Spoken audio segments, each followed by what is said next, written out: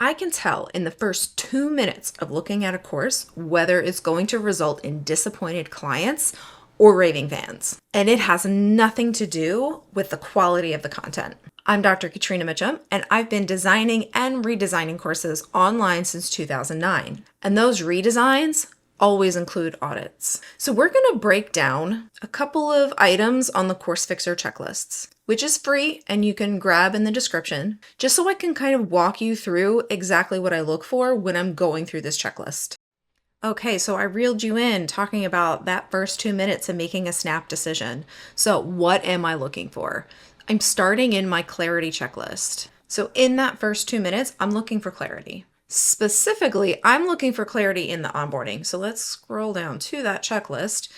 So I've got the clear onboarding section here. And these first two, I'm going to assume if I'm in the course that these things are already clear. So the first thing that actually tells me whether or not the onboarding is clear is that there's an obvious start here spot, right? It doesn't have to be called start here, but something that indicates that this is the place where you are going to start. And why this predictor is so powerful is that it tells me that they understand. It tells me that the course creator understands the learner's experience and that they're planning to take them on a journey, right? If the getting started stuff isn't there, if the location isn't very clear, then it tells me that the creator isn't thinking about this as a journey that their clients are getting ready to go on. So what I do look for words like start here or welcome. Welcome's even a good one.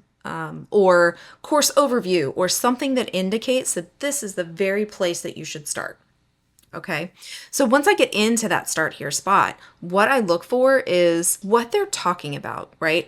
Are they, just doing a very quick welcome to the course. I'm glad that you're here. We're going to be working toward creating a brand over the next 8 weeks or whatever. That's fine, and that's a good start, but it also needs to include things like how to navigate, how to get help, the things to expect, the time commitment to expect, things that really talk to their clients about how the course is going to run, how they're going to continue to help them get to the goals that they've set out. Another thing I look for, but typically don't find, is an activity that helps with goal alignment, right? And so this is the place where you're telling them the goals that you've set up for the course, but you're also asking them what goals they have, and then telling them to find the alignment, find the overlap, find the places where these things are going to work together for them. So when this thing is missing, the easy piece is just add it in, right? A lot of times it is easier to go through and build the rest of the course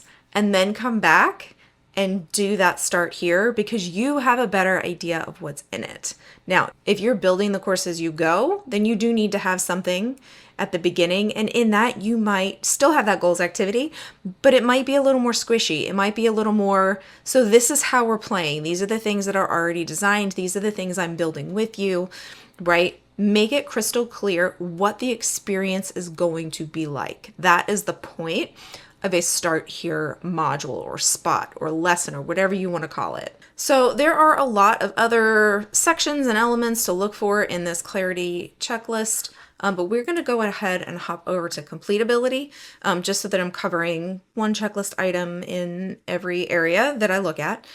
So is it completable? We're also going to jump all the way down to time. And the reason for time is because it is the number one thing that people say they don't have enough of. And that is if you're creating a course or you're taking a course, people say they don't have the time. And so one thing that really quickly tells me whether or not a course is going to be successful is this third checklist item. Time estimates are realistic and you've checked with real people. So if the time estimates aren't even there, that's a red flag to me because it tells me that you haven't considered that they need the time to be able to do the work in the course. And it's not setting them up for success, right?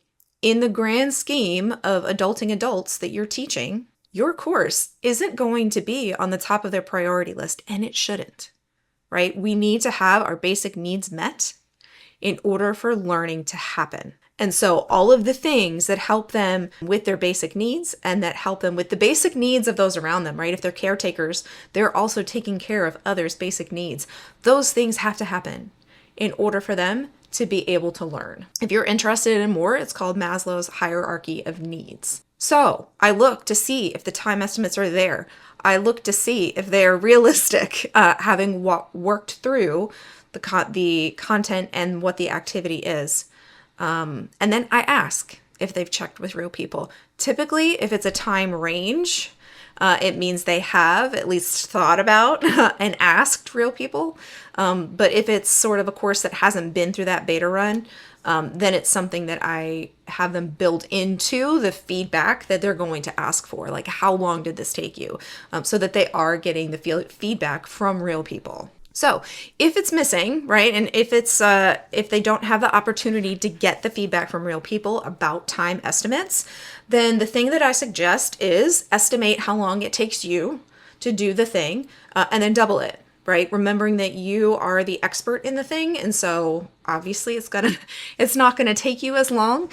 It doesn't take me as long to go through this checklist as somebody that's brand new, and then still make sure that it's a range, right? So double your time and then make it a range of time, because different people can do different things at different rates. If it's an activity that's going to be like on the longer end, you can suggest different ways to chunk up the activity. So if it's going to be 30 minutes, think about like how they could do this in 15-minute increments. Okay, like I said before, lots of other things on the completability checklist, but we are going to go look at the accessibility checklist.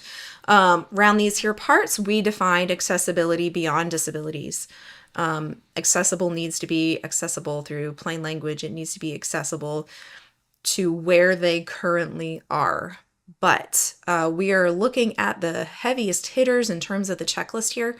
And so really the big needle mover for you is going to be checking video for captions. That's an easy one.